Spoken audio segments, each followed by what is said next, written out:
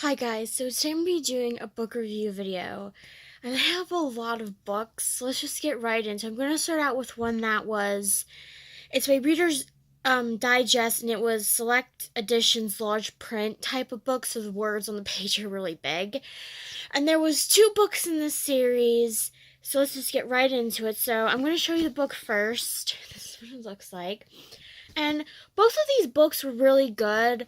One of the chapters, one of the stories, the chapters were just really, really long in the book, and I really didn't understand why, because there was a lot of stuff, where, like, you read a chapter that's really long, and then you're like, well, the author could have got rid of, like, however much of the chapter. So the first book is called Lost and Found. It's by Jacqueline Sheeran, something like that. And it's about this woman who lost her husband, and he died when he was like 40. I think he was 40. And she goes and she moves to this one island, and on this island she becomes like the person that I don't know how you would explain it, I forget. It was like a person that like finds lost dogs and gets rid of like animals from like your garbage and stuff like that. I forget what it was, like a job, but I forget. And she finds this lost dog who she's trying to find the owner, and here the dog is actually helping her get through this time without her husband. And then there was this the dog's owner. She had a mental illness and she died. And this woman is also trying to figure out, well, why did she die? And why and then something happened to the dog. The dog had like an arrow through it, and she's trying to figure out, well, why, if she loved this dog so much, why was there an arrow through the dog, stuff like that. The next one is called Law's Orchestra Saves the World, and this book is set in World War II in England, and the main character's name is Law, short for Lavender, and she basically starts working on a farm, and this one guy who is Polish or German or something, he gets accused of stealing stuff from the farm that this woman works at. And at the same time, she's trying to, like, boost morale because, the war's going on and stuff. So she decides she wants to form this orchestra to help people that are passing through the town and stuff. And they both were really good books. I really enjoyed them.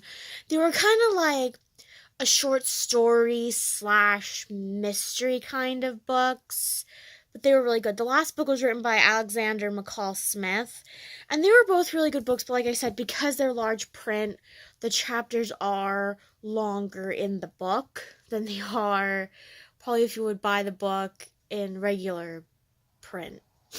So this one, I know this is a book that's like probably for like not little kids, but like, I don't know. I guess it would be little kids. And I like border collies. My dog that we have is half border collie, and this is called Sheep, and it's by Valerie Hobbs, and this is what it looks like. It's basically like a cute little book, but at the same time, I feel like it's kind of dark for a kid to read. It's about this border collie named Jack. And it's in his point of view, and it takes place from when he was a puppy until he finds his forever home. So he starts out on this farm, and then the farm was going under something, and his brothers and his sisters all have to leave, and he ends up at a pet store where this little girl gets him, and then his owners and the little girl, had to go off to school and work all the time, so he had to be locked to a dog house in the yard, and he didn't really like that. All he wanted to do was herd sheep, because that's what a border collie's number one job is. And so he goes, and then he gets lost, he gets unlocked from the dog house, and he ends up with this homeless man that has goats, and they're moving to Canada or something. And then the old man with the goats dies. And then he ends up with these crook guys, And then finally he ends up with his forever home. And it was a really nice book, but it feels like it was just too dark for a kid to read. I mean, like, if you had to read this, if your kid had to read this for, like, a school project, yeah. But it was kind of a dark kind of book and stuff. So, I mean, it was a good book. It was just kind of like, I mean, I even got sad in the book. So, this is a Harlequin book. Sometimes with Harlequin books, they're a hit or miss. This is called A Baby for the Minister. It's by Laurel Blant. This is what it looks like. It's about this woman who, she's pregnant, and she is getting married to this guy, and the only reason why they're getting married is because it's the right thing to do, and they're both Christians and stuff. And then what happens is this minister, he ends up falling in love with her because she got jilted by her fiance and stuff, and she ends up helping her get ready for the baby and stuff because her fiance / boyfriend went away for a while. He was like a nature junkie guy, and when he I think it was like his great aunt or something says, well, we'll give him a while and then see if he comes back, and if he doesn't, then it wasn't real, the love wasn't real or whatever, and if he does, it's because of the baby and stuff. So she has to make the decision on whether she wants to stay with this minister guy that's helping her and that loves her, or she wants to stay with this guy that really doesn't like her or care about the baby or whatever. It was a good book. I really liked it. And like sometimes Harlequin books are like a hit or miss. Like sometimes they're good, sometimes they're not. This next one I'm going to show you, it really wasn't that great. And I didn't finish the book because it was just taking so long to get to the main point in the story. And it's called The Bachelor's Baby Surprise. It's by Teri Wilson. This is what it looks like. It's about this woman who ends up having a relationship with this corporate CEO guy, and he doesn't, he's like the single guy, like he's the guy that, like, he doesn't want kids, he doesn't want to marry, all he cares about is one thing from women, and that's it. And she ends up working for him, and then she finds out she's pregnant, and they're trying to hide the fact that it's his baby and stuff like that. It just really wasn't a good book, to be honest. I just really didn't like it. This book is a Chesapeake Shores book. It's by Cheryl Woods. It's called The Christmas Bouquet. This is what it looks like. And, the last half of these books are kind of like, it's about the same family, but it's about, like, the kids to the main characters. And this one was about Abby's one daughter. Which one was it? Caitlin. And she catches the bouquet from the last wedding in the last book. And she ends up pregnant with her boyfriend's baby. And they're both doctors. He's a resident. She's trying to become one. And she ends up pregnant. And all she cares about is her job. And what she really wants to do is go back to Africa to help out the African people, to get more help, more medicine, and help the orphans and stuff like that. And she can't because she's pregnant, and she feels like she promised them last time she was there she would help them again. And she feels like she's letting them down. And then her sister, Carrie, says that she's going there. And she gets upset. Caitlin gets upset and stuff. And it was a really good book. And then Caitlin doesn't want to get married. She doesn't want to get married because of what's going on. And her boyfriend, what was her boyfriend's name? Noah. I read this book a while ago, you guys. Noah, he all he wants to do is marry her and stuff, and she doesn't want to, and she's too busy focused on her job and stuff. And I like this book. It was a really nice book, especially because it was about Abby's daughters, not just the main family kids. And like I said before, if you read these books, they don't really go in a certain order, like in the Chesapeake Shores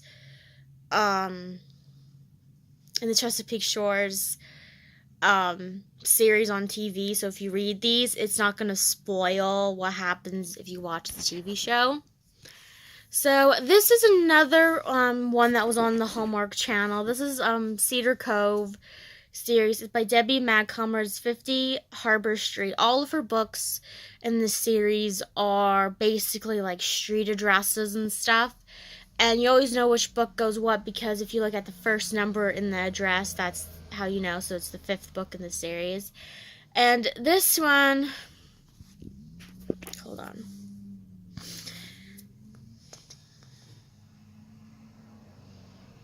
Okay, this one was about this woman, and because I read the other book, I don't know if I do have it, and when you read them so close together, they get all jumbled inside. But anyway, it's about this woman who, I think her mother, got her a date at this dog and Bachelor auction, and she doesn't really want to go out with the guy because she's like, this is weird and I already have a boyfriend. And the guy she ends up with is this guy named Cal, and he's a stutterer. And she really doesn't like that, and she doesn't like the fact that he's just kind of weird and not her type. And then the other one was about Mary Ellen. She got pregnant, and then she had to go on bed rest and stuff, and then she has to go on bed rest for her pregnancy. She doesn't want to do that because now her husband has to take care of their daughter and do all the work and stuff. And then one of the couple's daughters is dating this boy that's like a bad boy, and he ends up having to work at this restaurant to help with his probation and stuff. And something happens to the restaurant, and he gets accused of it just because he's the main bad boy guy, which takes us into the next book, which is 6 Rainier Drive. This is by the same author, same series, it's just number 6.